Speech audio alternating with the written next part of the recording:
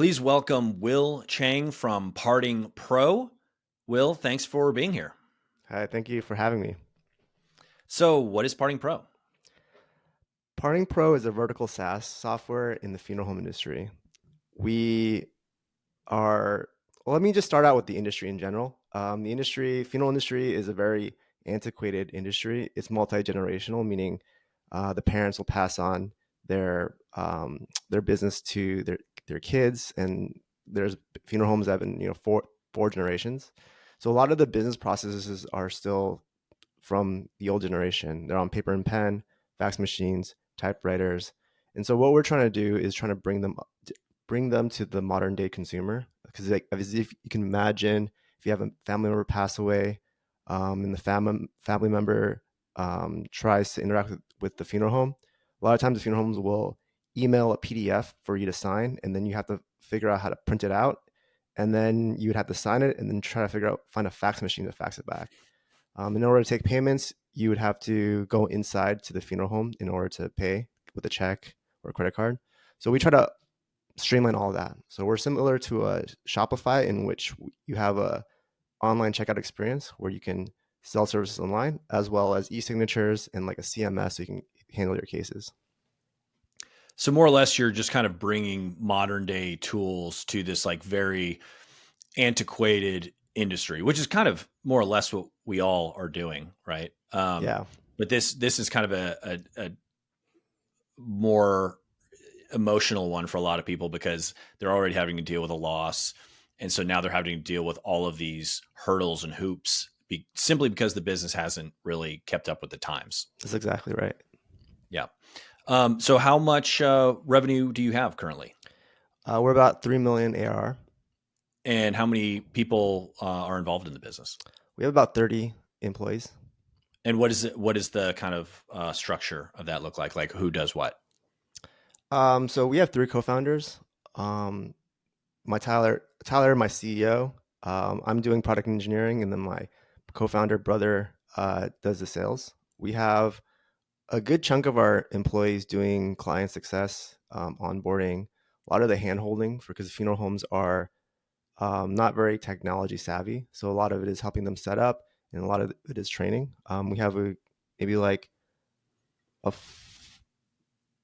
10-person product engineering team, product engineering, QA, design, and then like a 4-person sales team. Okay. So now that we know about Parting Pro, let's go back in the Wayback Machine and learn about you in particular. I'm really excited about this mainly because I was also a computer graphics nerd in high school. You were in high school when I was in college, and I think you were doing 2D stuff and I was doing 3D stuff. Is that about right?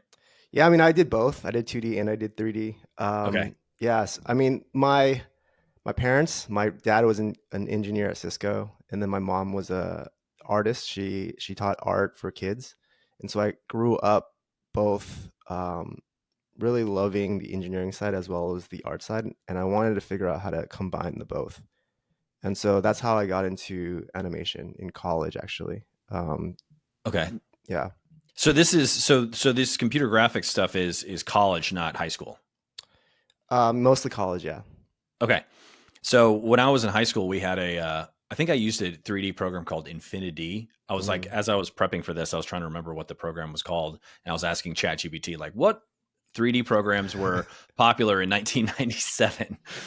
And yeah, I've got a whole portfolio still my mom keeps, and it's all my little 3D characters and stuff. But I remember seeing Toy Story in high school. That was when I was in high school, and being like, I want to be a Pixar animator. And so in high school, luckily we had a really awesome um, graphics class, and I took that like every semester multiple times. And I used to do projects like for biology, like we had to do a project about like cell division, and I just did like a 3D animation, and we put it into a VHS tape in the class. And I remember one of the girls saying like, well, I guess he's getting an A, and the teacher was like, well, obviously.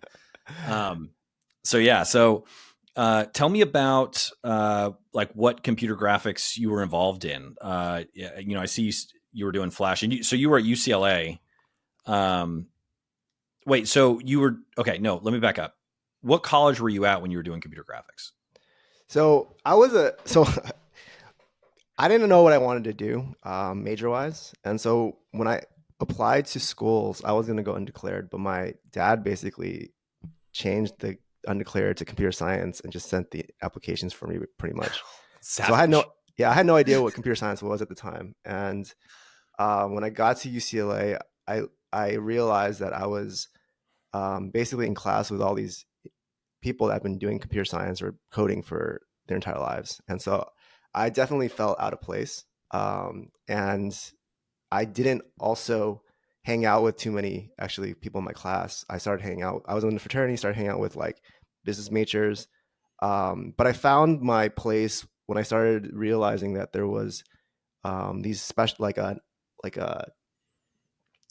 UCLA had this animation wing. And then they also had like a computer graphics like classes. And so I started basically creating my own minor, technical minor with animation classes and then more like coding type 3D graphics type stuff. And those were the classes I actually really fell in love with. And so I was trying to figure out how to combine the two. So I started, you know, learning Flash, doing websites, and doing the 2D stuff for work. I just like for money, I went to the medical school and started creating like biology class, PowerPoint, like Flash animation stuff, so that you can kind of see, you know, heart stuff and like all that stuff. I did that, as well as I started interning for 3D animation studios. So I did. Um, I found an old alumni who was doing 3D graphic design for commercials, and so I interned for that company, and I eventually interned for DreamWorks Animation. And so, yeah, I was just learning like Maya and just three animation type stuff, both on the like algorithm, computer science side, as well as like the art side, where you're actually doing the animations and drawing. When it comes to Flash, do you remember a site called Once Upon a Forest? No, what was that? It was this wild. This guy just made like experimental. I forgot what the programming language in Flash was called. ActionScript. Action script, yeah, Um, he used to just make these like single page, just like crazy movement, but it was like it was it would move itself. It kind of like was just programmed in to do something cool, right? yeah, And you it was almost like a labyrinth. Like you would go into this forest mm, to see all of his different artwork. It was almost like a gallery where you didn't really know where you were going. So you kind of, if you wanted to get to the same place, you'd have to like click right, right, forward, right. But you have to like go see all these different installations first. Um, yeah. yeah, Flash that was was, amazing at the time. Like that, it was like such a crazy unlock yeah. for websites. Yeah, it It was just took the so long to load, and then Steve Jobs just decided to yeah, they put killed it. two in And the then yeah, chest. now you can do everything with just HTML. Yeah, But yeah, at the time, like Flash was amazing. yeah. Everybody had a splash screen Yeah. web page opener with sound at the time. Okay, so you were doing so you ended up working for DreamWorks, doing an internship. What was involved there, and how long did that last, and what did you learn there? And Yeah, I mean, so it's interesting because I didn't really know much about the real world. And so like for me, because I guess the way that I came up in an academic family, right? Um, and I went to an very academic high school. So we basically all the kids were engineers, and it was like a public school. So I didn't really understand how to work, if that makes any sense. And so, well, actually, when I did these internships and I did work, basically I came into work, and I didn't actually try to build relationships. And now, like as I'm older, I realized like that was the point. But really, like when I came in, they gave me some assignments, and I just went in and did them. And then I walked away after 3 months, really learning Maya, but not really understanding the business, not really understanding the relationships to be built. And so I walked out of it really with nothing. What I learned was when I went to when I learned was in DreamWorks, the animators and the people that actually built the the movie actually didn't have any control. And I realized that like actually I didn't want to become somebody like a cog in the machine when it came to to building these movies because I realized there was not a lot of freedom. And actually, the business side of things were actually where you wanted to learn because that's where you had the kind of like the control.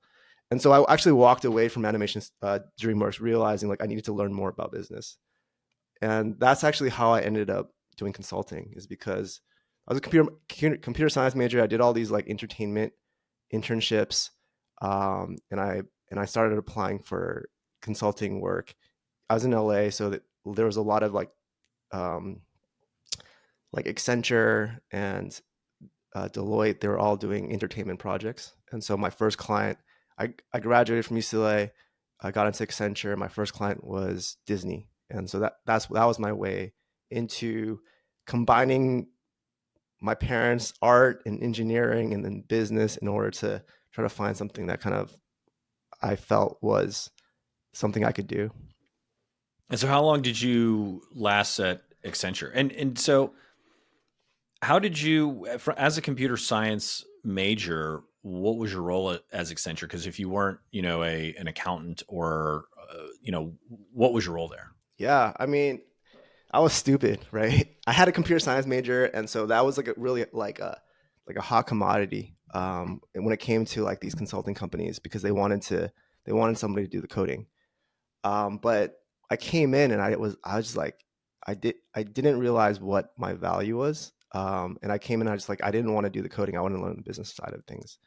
But at the same time, I didn't really understand how working worked, and so I didn't do the things to like I didn't build the relationships. I didn't do the politics thing. It's a big corporation, and at the time, it was like 2007, 2008. So it was like financial crisis. Computer, the consulting were the first to go, so there weren't a lot of projects around. And then it was the people that understood the relationships and understood the politics that were kept, versus the people that just went in, did the work, and then left, right? And so I only lasted a year. Basically, on my 1 year anniversary, they let me go because I just didn't understand the game. And then so after that 1 year, I just realized, yeah, okay, I did not want to put myself in a situation like that. Actually didn't like working for corporate. I didn't like working for at a job, honestly, and I wanted to figure out how to create my own world, and like basically learn all the skills I needed to create my own world, so I didn't have to go through that again. And so, did that lead you to Centerfield? Yeah, so I mean, like at the time, it was 2008, financial crisis. It was actually really hard to find something that aligned with what I enjoyed, or figure out how to take all the things that my resume and use it as a way to find something that fit. My friend at the time was in had worked for a company, a very small company that did affiliate marketing, and they were making a lot of money at the time. And he was like, "Okay, I can create a role for you." And so I ended up working with him for the next couple of years, just learning about like affiliate marketing. And so, how long did you work there for? I think it was a couple of years, and then it was like so. I actually went to Asia after that. Well, real Yeah, quick with the affiliate marketing, do you still did you take anything from that affiliate marketing with you to Parting Pro? Like, can we revisit that later? yeah. I mean, it's my friend, my college friend, basically got me the my. I worked for him, got me the job, and then he's actually my co-founder now. And Oh, so really? we worked together. We found out we could work really well together, and then so like years later, we ended up becoming co-founders. I mean, the affiliate marketing space is really interesting because it wasn't about the product. Our product was like um, trash. It was like payday loans, things like that, and Oh, okay. it was really about like email delivery and email copy, and like basically like the just conversions. And so learning Got it. about how all that stuff worked was really helpful. So, like, volume and conversions is kind of Yeah, the main thing. volume conversions. Yeah, Okay, so this is where it gets real interesting. You go to China um, for a long time, right? For several years. Is that yeah, for accurate? about 2 to 3 years. Yeah, 2 3 years. Um, and did you speak Chinese? Yeah, so my parents are from Taiwan. I Okay. grew up in Chinese school, New Hampshire. I grew up in New Hampshire, went to Chinese school, as well as Fremont, which is like the Bay Area. Went to Chinese school. My mom was a Chinese school teacher, and then my dad, at a certain point, became the Chinese school president, vice principal, in order for us to really learn our language. So I've always been part of the school. But I was a really bad student. I didn't care about Chinese, but I had to do it because my all 12 years from, were from like kindergarten all the way to like 12th grade. I went to Chinese school, but I wasn't a very good Chinese student. I could speak it, but then like my writing was pretty bad at the time. When you got to China, did you feel like you had a hold on the language, or did it take you a while to kind of acclimate? Yeah, I mean, it was hard. It's really hard. Number one is like the like mainland Chinese and Taiwan Chinese is very different. They use a lot of different terminology, different words. The accents are very different. And then also the Chinese that I spoke was like, to my parents, and so it wasn't really useful to build relationships, and it wasn't very useful for business. So I had to like learn all those like while I was in China. How long do you think it took you from the moment that you kind of were fully immersed to when you felt comfortable just conversing with anybody? Yeah, so I never really cracked the personal part, Hmm. because when I went the first year I went to Tsinghua University, which is like, I would say like the MIT of China. That's where all the CCP like top heads, like Xi Jinping went to Tsinghua, for example. And then at the time, I didn't really use Chinese that much because it was an international program. So they were trying to like basically build like an English speaking. So a lot of that was that. But then once I dropped out to start a company in Beijing and I had to hire locals, that's when my Chinese got good fast. And so I became very, very good at Chinese, like business Chinese, but I still, so I could tell people how to, I could project manage, and I can do all that stuff. But then the personal Chinese part of it, building relationships part, was still kind of rough. Yeah.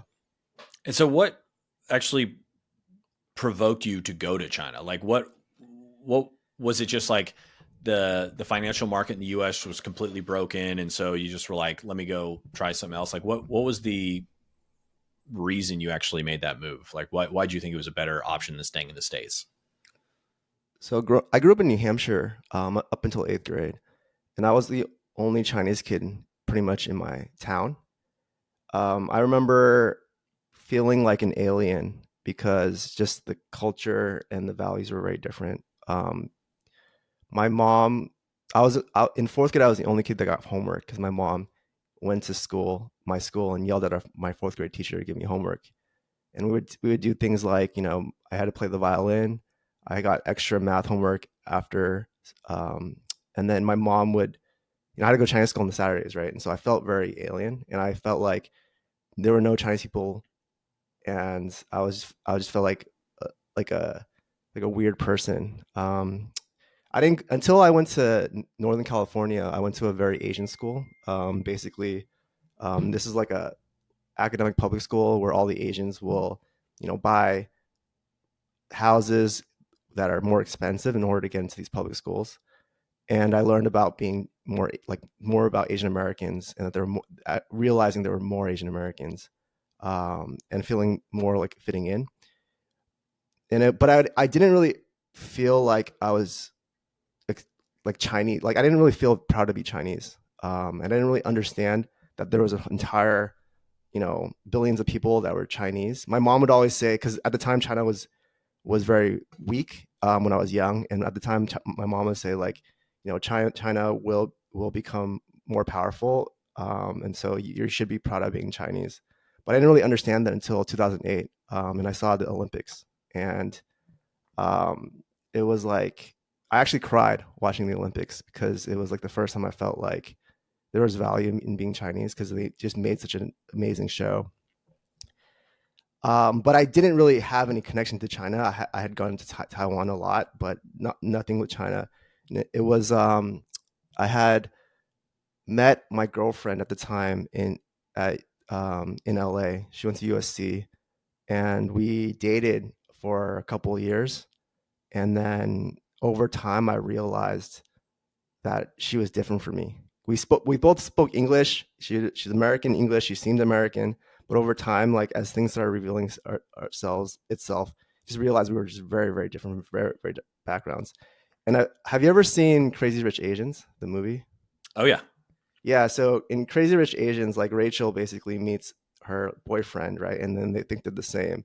And then Hmm. she goes to China, or sorry, not China. She goes to Singapore Yeah. and realizes like there's an entire new world that she didn't even realize. It was like that type of moment for me where like over time I just realized, okay, like there's an entire world in Asia that I didn't know. And I didn't realize people lived that way. I didn't realize there was the wealth like that. And just meeting, she's from Hong Kong, and then her dad was doing business in China. I just realized like, okay, there's an entire world out there that I didn't know. And so there was a financial crisis at the time. Her parents wanted her to go back to Asia, so she went back to Asia. And I was like, this is the only. I'm young. This is the only opportunity that I have probably in my life to check out China and check out Asia. My parents have always said good things about Asia, and so I wanted to just check it out. And so I wanted to figure out a way to. I heard about China and I heard about startups, and my goal was to figure out a way to do startups in China. And so I just went there without knowing anybody, and try to figure it out. Yeah. Okay. So you land in China. You start doing startups. I think. Yeah. Like give me the 3 year rundown. Like how did it go over there? Yeah, so I didn't have so even though my girlfriend at the times was in Asia, she was in Hong Kong, and so Hong Kong is very very different from like mainland China. My parents are from Taiwan, which is very very different from mainland China, so I didn't really have any connections. But I got into through my ex. I got in. I heard about Tsinghua, which is like that's, let me just give you a little bit of background on uh, Tsinghua. Basically, like there's about a billion people in 1.3 billion people in China, and every student has to basically test their way into college. It's called the Gaokao, and China's historically has been a very meritocracy, meritocratic uh, country in which basically through academics you can eventually work for the government, which will run the country. It's a very centralized system, right? Through like 5,000 years of history, and so they still have that going on. And so what happens is like all the students from all of China will take this Gaokao thing, and wherever you rank, you get to a different school. So the top like 0.1% of like the smartest, brightest people in China will go to the school Tsinghua, and the top percentage of those people will go to get into the engineering school, and then the top percent of those people will end up becoming the people that run the country. And so that's kind of the school that Tsinghua is. I didn't get into that. Like I went to the MBA program, which is like the standards are lower, but I ended up being in the class with like a lot of people that were either worked for the state owned enterprises, or the kids of like the really generally like really really rich people of China, and then throughout the world, basically people that want to build relationships within China. So like the conglomerates in Korea, they'll send their kids over to Tsinghua. So it's like a really interesting mix of people. And I was just like this dumb middle class American kid that was just in this class, kind of under like just basically just thrown in the mix. I didn't really understand the game much, and I didn't really understand what was going on. But I had a friend who basically came from more of a he's like from more of a mixed background that was like showing me what was happening or telling me what was happening. So that was a very interesting experience, that first year. And then, but I just realized like that getting an MBA isn't going to really get me towards my goals, which is getting into the startup scene within Beijing. So during that time, I wasn't really going to class. I was just cutting class and then going into like Beijing and then just trying to meet people. And so I would basically go out like every week. I would just go out and meet like 4 or 5 people, try to have conversations with them, understand the startup scene, and then within a So semester, I got you say you just went and met 4 or 5 people. Like, where did you find these people? Were there kind of co-working spots, or at what was the first it startup scene was like? through friends. So basically, people had known people in Beijing, and I would just meet people that way. And then through just like, hey, do you know anybody else I can meet? And then just kind of going through Got it. that way, as well as showing up at like startup events. Like I think TechCrunch had a event that was there. Certain just things like that, and I just try to just meet as many people as I can, just understand the scene. Yeah.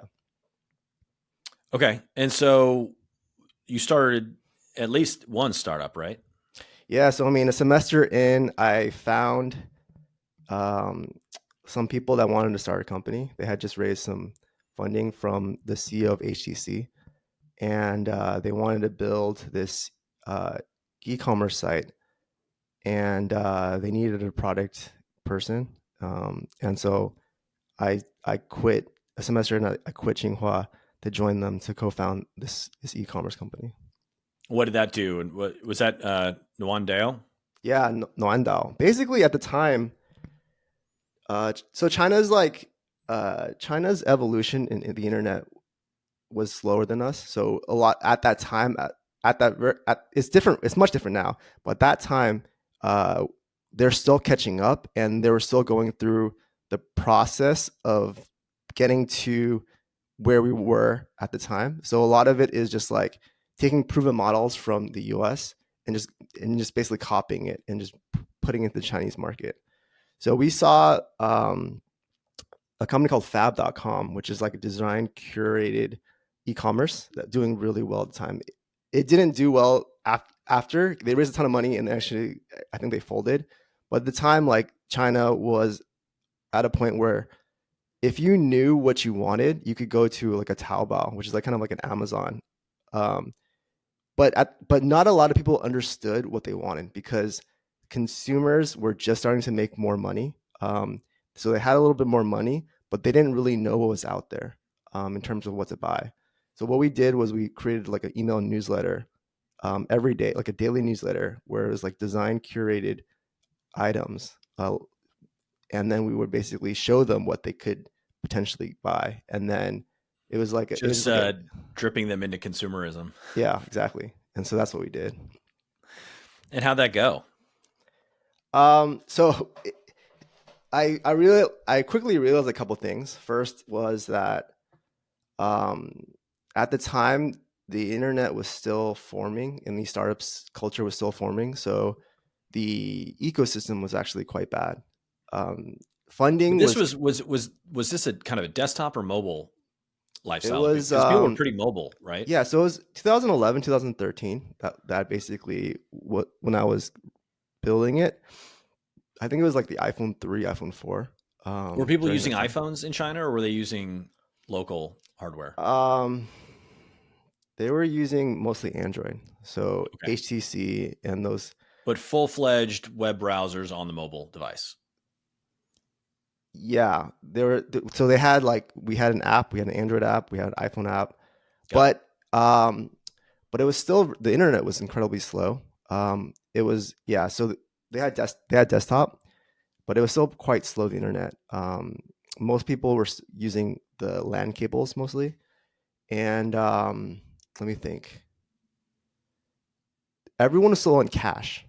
So there was no mobile payments. Everything was cash. Yeah, it was really actually really tough to logistically So to were get you around. running a store that was similar to like Amazon-esque, where you were running an e-commerce site, but how did they pay in cash? Oh yeah. So it was you paid. What did they call it? It was like cash on delivery. So um, we only served the big cities, so like Beijing and Shanghai, and the delivery people would take like a motorcycle, drop it off, and then they paid in cash, and that's how they paid. Yeah, So the delivery guy is running around with just all this cash. cash. Yeah, yeah. So there's Were that, there and then also is what's quite interesting is that there was no cloud at the time, so we actually had to buy our own servers and hmm, install them into server racks. I couldn't personally go into those server farms, because I was not a Chinese citizen, and so I had to have my employees actually carry those things inside the server racks. It was quite But that was like interesting. a co-location center, right? Yeah, yeah, Like a yeah, data yeah, center, and you yeah. just weren't allowed because you weren't a China, citizen. yeah, I wasn't. There's a lot of things I wasn't allowed to do, but yeah, one of those things was yeah, That's amazing. yeah. Um, so were there issues with deliveries getting stolen, or is that just not part of the culture there? That's definitely part of the well. So I don't know if deliveries were stolen. Um, I actually didn't handle any of that, but there's definitely a like a you just that was just cost of doing business. Yeah, Okay, so it was just a thing you dealt with, just like we deal with chargebacks or whatever. yeah, yeah, Um, and so how long did that last? Why did it stop? And what made you move to the new thing? yeah. I mean, there's a lot of reasons. It was like I was doing it for about 2 years. First, yeah. So the ecosystem was going back to the ecosystem. The ecosystem was quite bad. Basically, there was maybe like so the VC system, the investors had all the power, and so the founders actually didn't get much equity, and that was just like the ecosystem at the time. And then there's no liquidity event basically for startups. What would happen usually is there's like maybe three or four large conglomerates, and then anytime there's a startup that started was starting to do it well, the conglomerates would basically just copy it and then just win. Um, it's So the what was the motivation for anyone to start a startup? I think there was a hope, right? So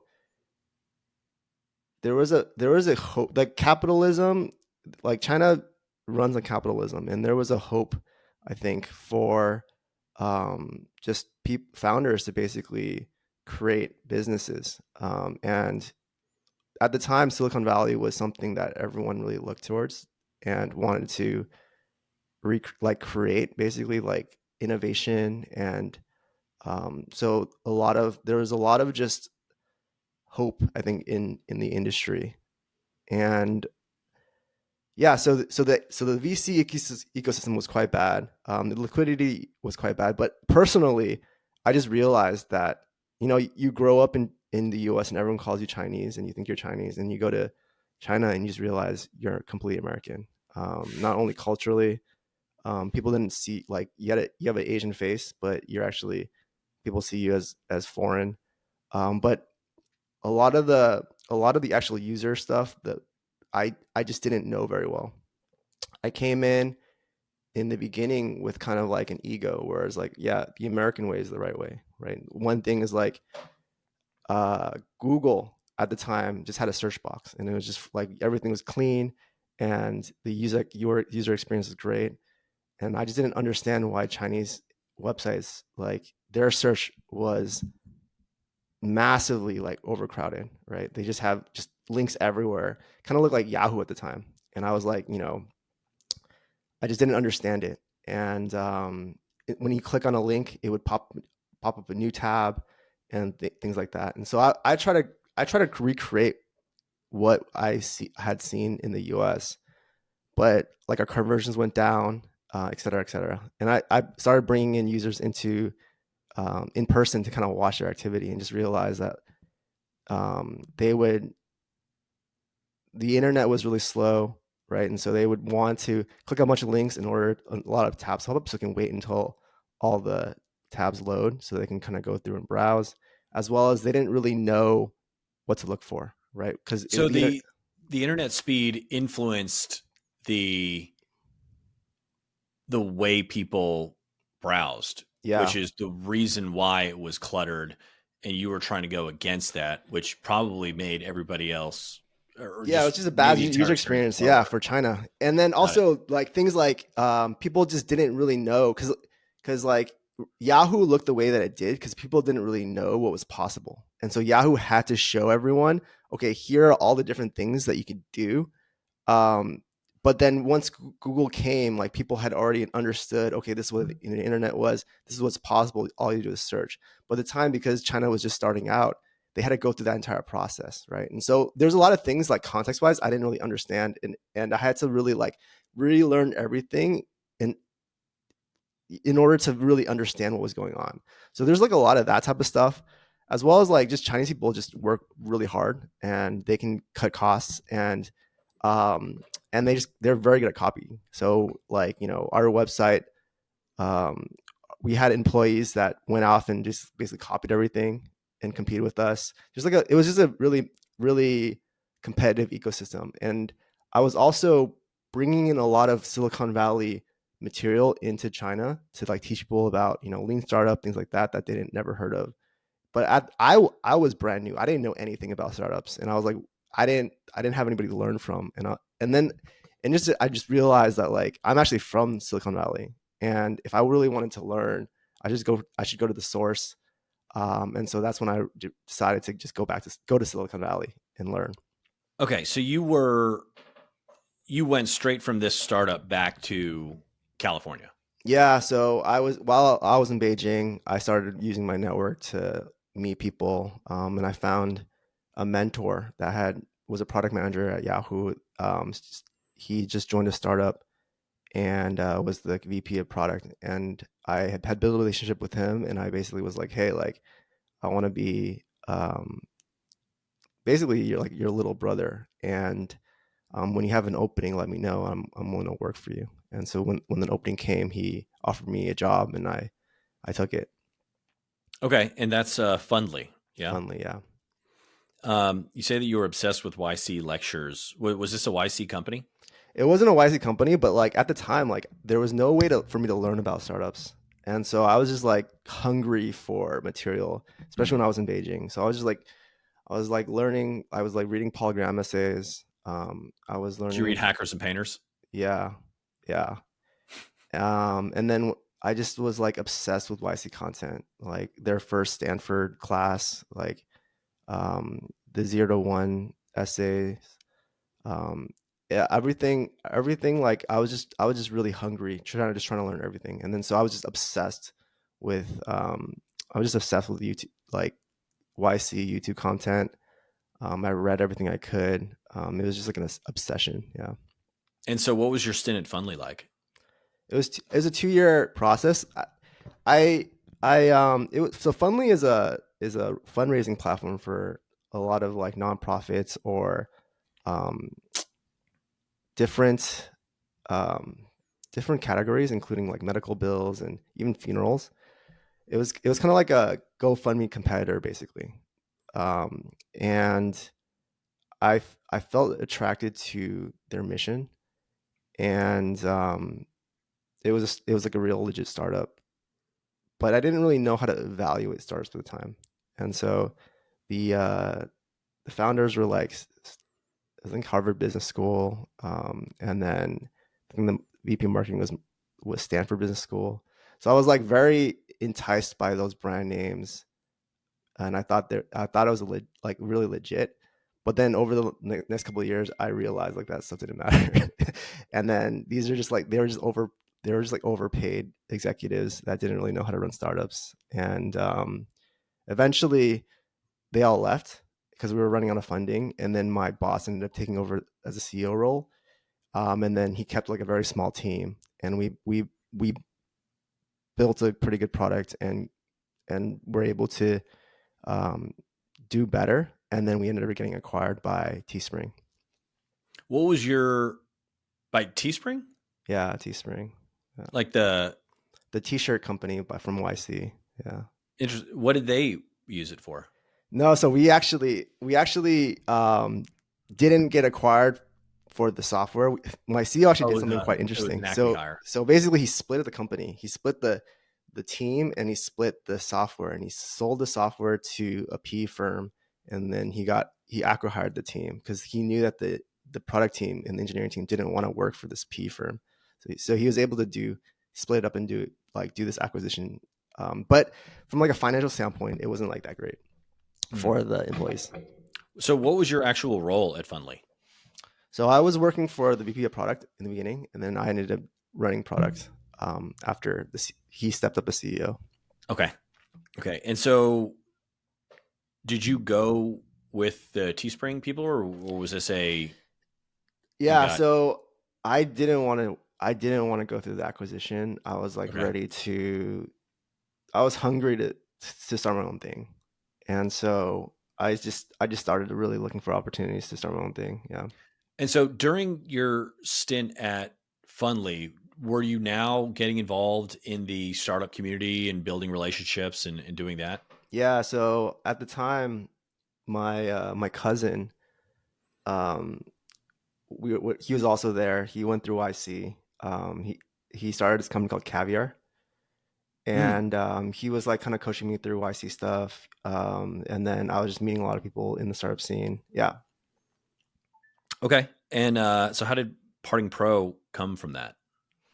Yeah. I mean, so Was it an immediate like, okay, I'm going to start something new, and then you kind of had the idea, or how did you evolve into it, and what was the time frame like?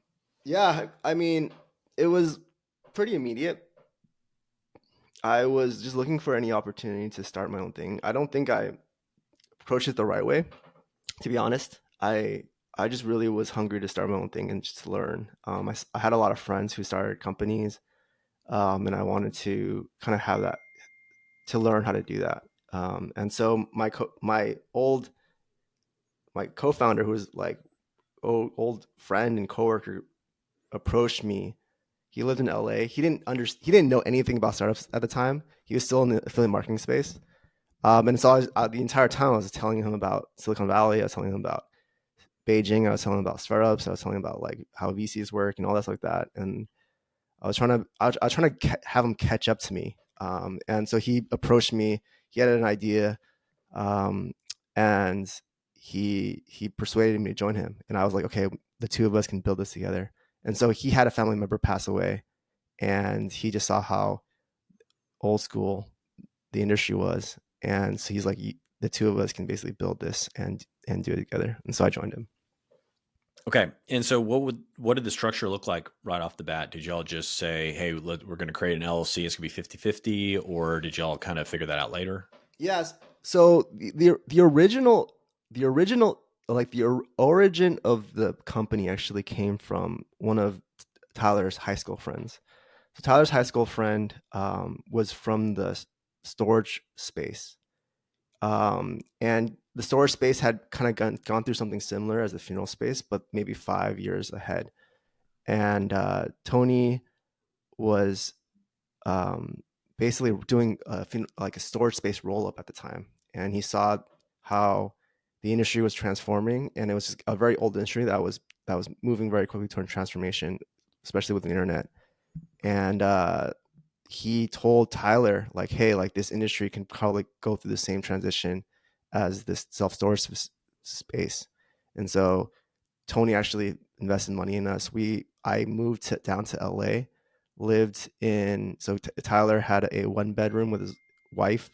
I lived in like the corner of their apartment on the floor, and then every day we would go to Tony's garage, and work out of Tony's garage. And we did that Okay. for about So a real yeah, life garage startup. yeah, real life garage startup. And we did that for about a year or two to build that out. Yeah. It took you a year to get the product launch?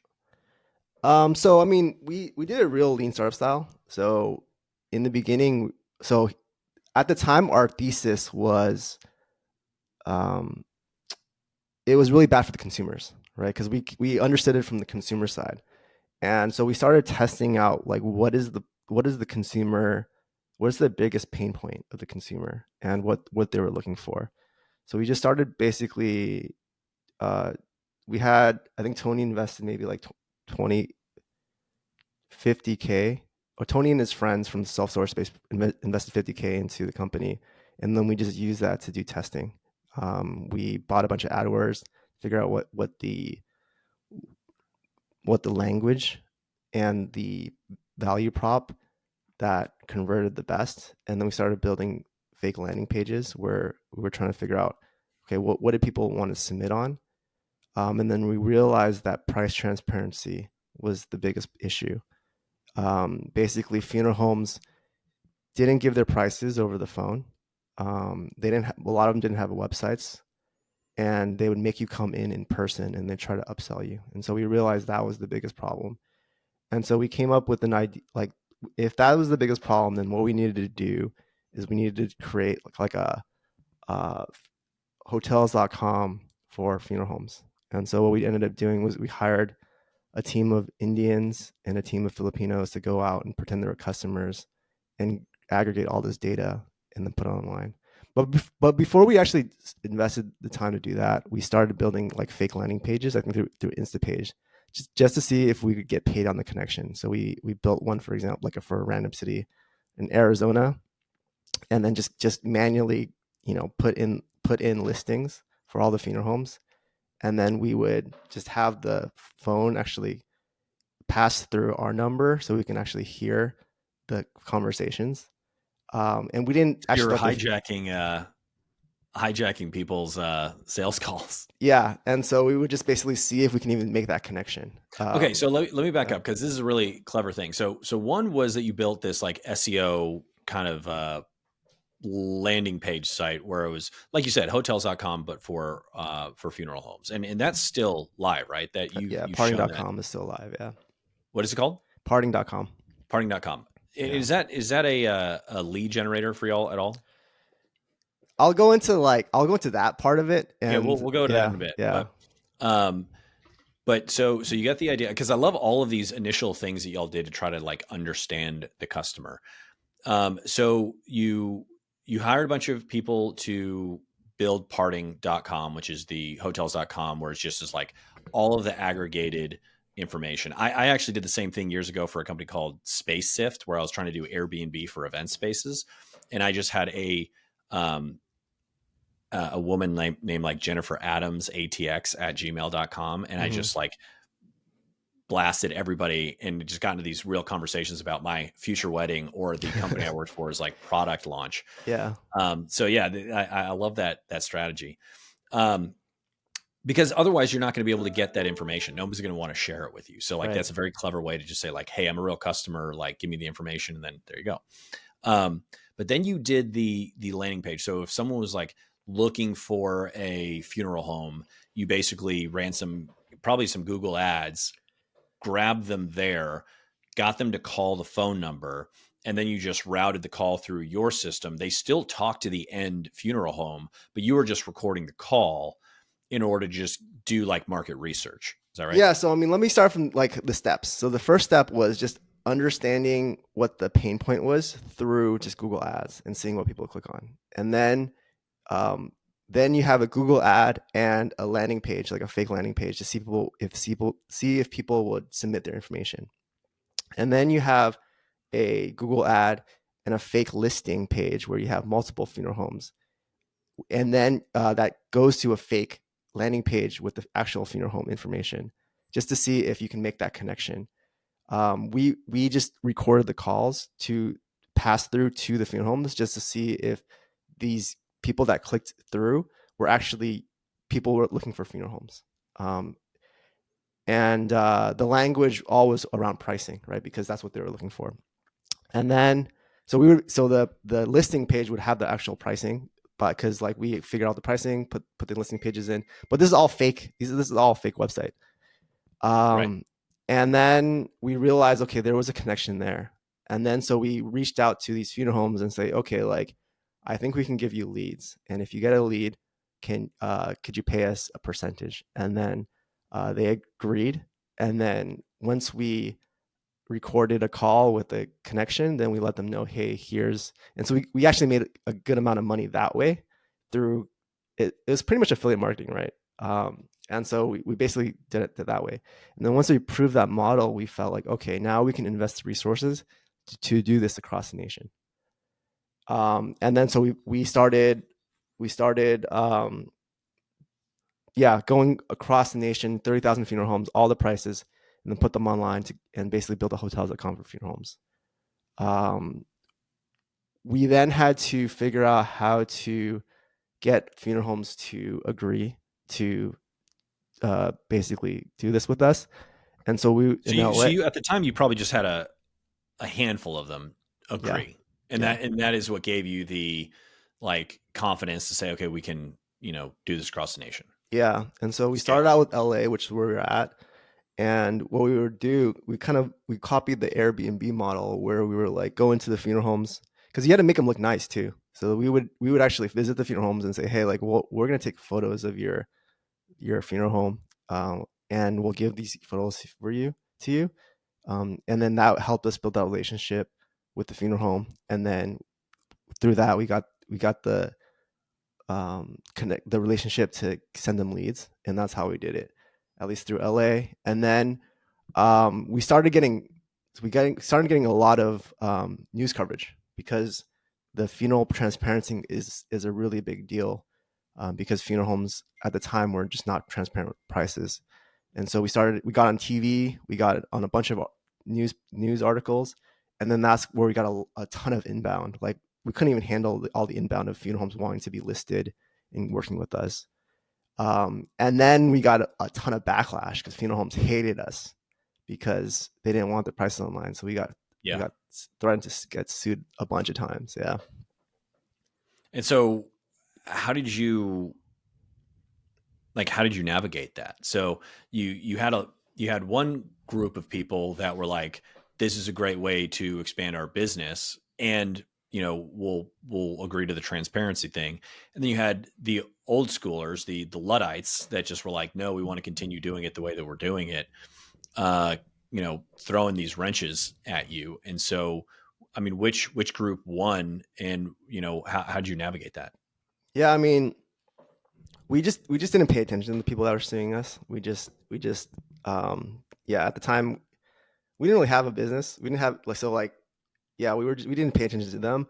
Just trying to basically onboard all the people that were like inbound, as fast as we can, but we still weren't making any money. We were making like okay money, but it was like we were making like maybe like $10,000 lifetime, right? And So you were charging a lifetime. no, no, as in like basically we were like making like $1,000 a month or whatever like that, Oh, I two see. thousand dollars a Okay. month. So we weren't actually making real money, not enough to support us. We had the original 50K and we had to use it all on ads, basically learning and building that out. And so we were running out of money. And my our first investor was like a relationship from my business school. He had his boss was an angel investor, and he had come down to like the LA area for TED. He was, and my friend was like, "Hey, do you want to give him a ride from TED to his hotel, and you can pitch him about your company then?" And so I basically went early, like really early, and then just practiced my pitch while driving that route 3 times. And by the That's time, dedication. I like it.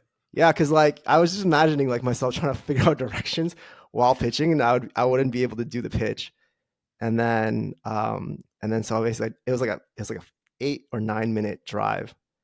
And so I and it was a 2 hour actually drive to TED. It was or an hour and a half drive, maybe 2 hour drive to TED from LA. And so took the 2 hour drive, and then took him 10 minutes, did the pitch, and then he ended up, it's like, hey, do you want to grab some coffee? And we ended up talking for 3 hours. And then on that day, we were about to run out of money and the company was going to close down. And on that day, he was like, all right, I'll just send you a 250 check. And that Wow. saved us. Yeah. And so how And long did that last for, and what did you do with that money? How did you scale from there, and who did you bring on? And so at this point it's still three guys, right? it was just me. Yeah. It was just me and Tyler. Yeah. Just two You and guys. Tyler, and then you had the original 50,000 from Tony. Yeah. But he was more of like a silent partner. And Okay. he didn't But actually, what, so yeah. who owned how much at that period of time early on? We were not that smart about our equity. I think like we gave Tony maybe 10%, and then me and Tyler Okay. had the other half. Got it. I think that was what it was. Yeah. So kind of like 45%, 45%, Yeah. 10% to the investor. I think so. I think that's what it was. Yeah. Okay. Okay. So if this wasn't figured out early on, did you guys have issues figuring this out later on, or was it amicable? It was a little bit hard because, yeah, it was like 10% of the equity for nothing. Was a little bit hard, but over time, like later on, we basically kind of negotiated that out as we were hiring more employees and bringing on more founders. Then we needed the equity back, and so they agreed to it over time. Yeah. Okay. Okay. And so what did you do with that 250? How did you scale? So the 250, I think, was trying to get traffic and yeah, mostly trying to get traffic, figuring out how to getting traffic. We actually probably wasted a lot of that money because we found, well, so we didn't waste the money this way. We basically started finding highly SEO'd like blogs that had stuff about funeral pricing, and we bought them and then send that traffic over to parting.com. So that was really great. We spent maybe like, 30K on that. But the rest of the money basically we spent on trying to figure out how to make money off of Google ads, right? And we just couldn't make any money because funeral homes just are really bad salespeople. So we would get them the lead, and they would just drop the lead. And so we spent a lot of money on just trying to build up that traffic and trying to get those leads to the funeral homes. And we couldn't really make it work. And we actually ran out of money again. And A like startup ran out of money multiple times? Tell me more. yeah, we actually ran out of money again. And then at the time, like, it was just like me and Tyler just pounding our heads against the wall because we didn't really know much about startup stuff. We didn't really have much of a community because I was in LA. Because I mean, his did y'all at the time? Did y'all have like a spreadsheet on like on Runway? Because I feel like when throughout Better Legal, we kind of had numbers on like how long things were going to last. But the fact of the matter is like ads cost what they cost, kind of. And if you're trying to keep a steady stream of stuff coming in, like it's really hard to kind of guess how much money you're going to spend every month. Um, and depending on whether you're accrual accounting or cash based accounting, you don't know when the money's actually going to drop. When the Stripe account is going to put the $15,000 into your account. Is it going to be on Friday in January or Monday in February? And so, how did you navigate kind of the finances? I mean, yeah, I mean, when we first started, we just weren't very sophisticated, and so Yeah. we just didn't really think that much about it. But like later on, we started like being, through the learnings of we're almost running out of money a bunch of times. Then we started becoming more and more sophisticated. But at the time, we just didn't really. We just basically were like, okay, this is like a test. If we run out of money, then we run out of money. But we didn't really have a plan in terms of like how long things would last or whatever. And so Tyler's always been really good at budgeting and figuring it out, but at the same time, we just weren't sophisticated. We didn't really know when we were going to run out of money, and we were trying to figure out the model still. So we were spending a lot of money, and then we were getting some revenue, but not enough. We were losing money on every But transaction. were you just following that initial kind of backload or backlist of leads that you had from the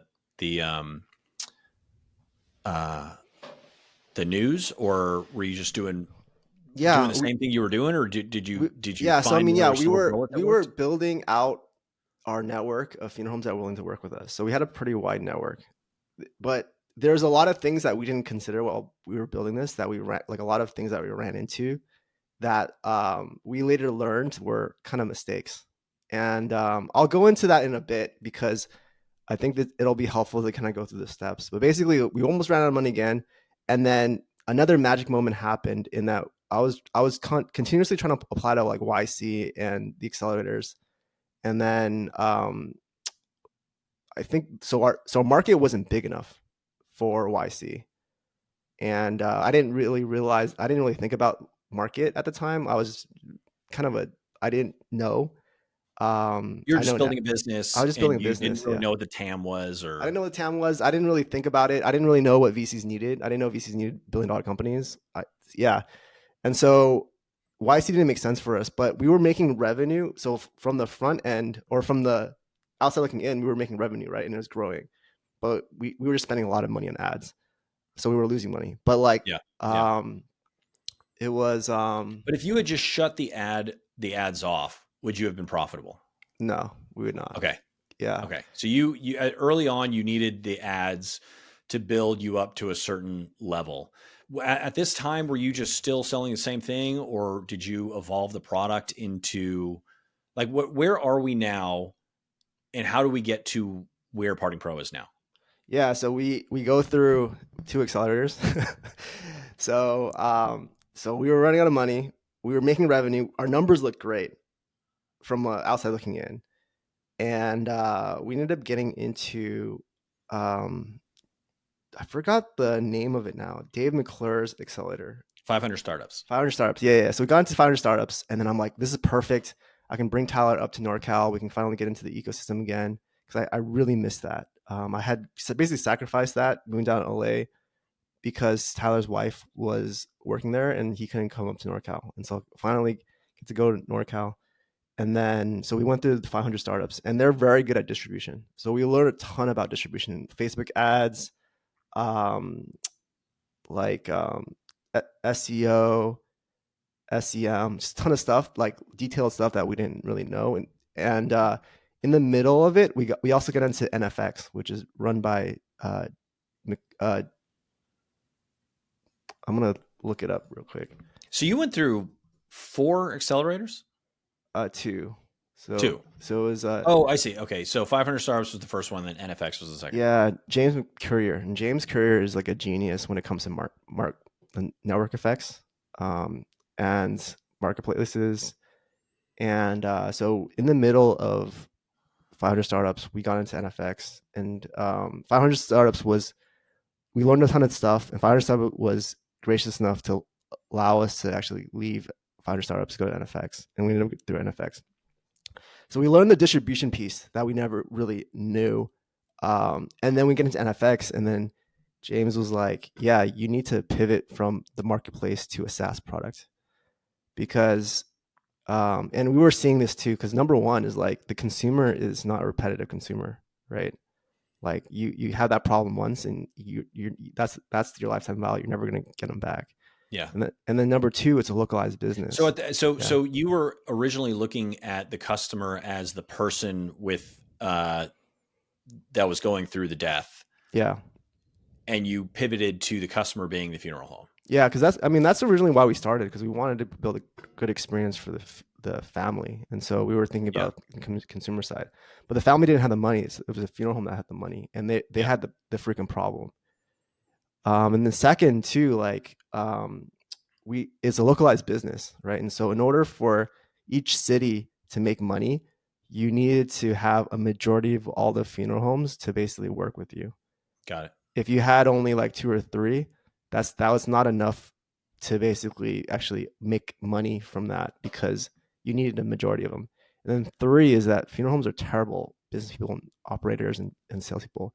The reason why hotels.com works is because there's a booking system at the end where the hotels actually have a booking system and you're just integrating the front end with the booking system.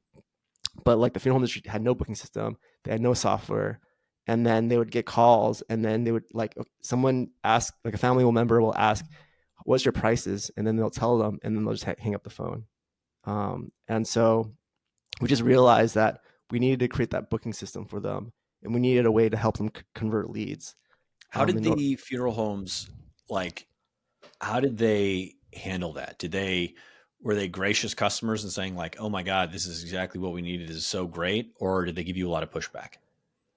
I mean, it depended on the funeral home. Some funeral homes didn't really understand it, right? Because their traffic came from like mainly community traffic. They've been in the communities for a really long time. They're on this heavy traffic street, and so they understood that.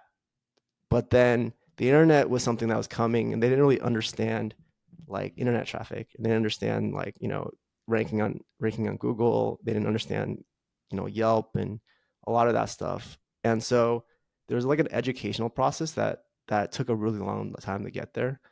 And our mission was always to kind of bring the funeral homes to modern day consumer. It took a really long time though. Yeah. But yeah, so we just couldn't make any money. Funeral homes just were not good, couldn't convert our leads. And so we realized that we needed to build out the supply first. And so And yeah. what was a customer like that was finding you on a landing page? What were you getting from them one time? And then what did you end up charging a funeral home on a monthly basis? Yeah, so let's say like a customer went through our system and they became a customer, and it was like a $3,000 burial, for example. We would get like 10%, so we get $300. Okay. Yeah, And then but like a but you were but probably a spending a lot to but a get click that is as like well. $10 per click, Right. and Right. yeah, yes, you spend way Yeah. more So it money did than make sense $300. right off Yeah, the bat, yeah. but it did give you those relationships that you could then probably leverage into the SaaS product. Yeah, we started building the brand. We had a good brand, and we had relationships, and so we had a lot of people we could talk to like learn about what they needed from a SaaS product. Okay. And so how long did it take you to kind of get the SaaS product going? And then when did you actually kind of have the light bulb moment of, wow, this is actually like we're actually making money now? Or was it just a long, hard grind the entire time? Yeah, so James Courier basically was like, you need to build a SaaS product. And we were like, okay, let's build a SaaS product. And we were like, okay, what did we need to do in order to build this? And so we talked to a lot of customers, and we realized that there's a lot of legacy products out there that had built a really good relationship and brand in the funeral industry, and at the time we were never going to compete with them. But there was this like small niche segment that was slowly or even like rapidly rising, and that was the direct cremation market. And the reason why is because as we're starting to see more internet penetration. So let me just go into like why the funeral industry actually is delayed when it came to the internet generation. Is because like I think the internet transformed at every moment that Gen X basically their life transformed, right? So it started with like Match.com with dating, and then over time as they got married with Wedding Wire and things like that, to buying a house with Zillow, to um, to Dealing with their dealing parents dying. yeah, dealing with like nursing homes, and then eventually to their parents dying, right? And so So Gen every X is really the generation that just like drug everybody forward as soon as they kind of yeah, arrived. yeah. So the funeral That's home industry interesting. is the funeral home industry is the last step, and so we knew it was coming, right? And so as the internet is being used to find, like, basically number one is that burials are no longer being prioritized over cremations. People are moving around a lot more. Cemeteries are really expensive, and people want to just do the cremation route. So we started seeing cremation rates rising, and we knew by like 2020 the cremation rates would surpass burials around that time, 2021, 22. And then we also at the same time, because the internet was rising, people cared about prices. And so funeral homes, instead of being able to charge any price, pricing transparency and pricing comparison was a big deal. And so cremations are like $1,000 cremations, $10,000 burial.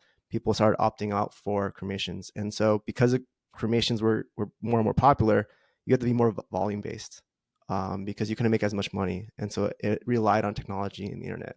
So we started seeing like entrepreneurs or kids of funeral homes basically seeing this market, this really low cost segment, and we felt like we can kind of grab onto that and push that forward. And one of the things that they cared about was figuring out how to sell online, because they can't do high touch anymore. And so we basically built sort of like a Shopify for funeral homes for them, and that was our hook in. Nobody had e-commerce was not something. Okay, so like we transformed the industry twice. First transformation was price transparency. Today, before, no one had websites, no one had prices on their websites, but today, basically everyone, mostly everyone has prices now. And the number two is e-commerce. And so we were the first one to introduce e-commerce. It's a standard. It's more of a standard in the industry now, but that was like our way into the industry. So we got that hook into the industry, and then through e-commerce, we started just expanding into all their business units.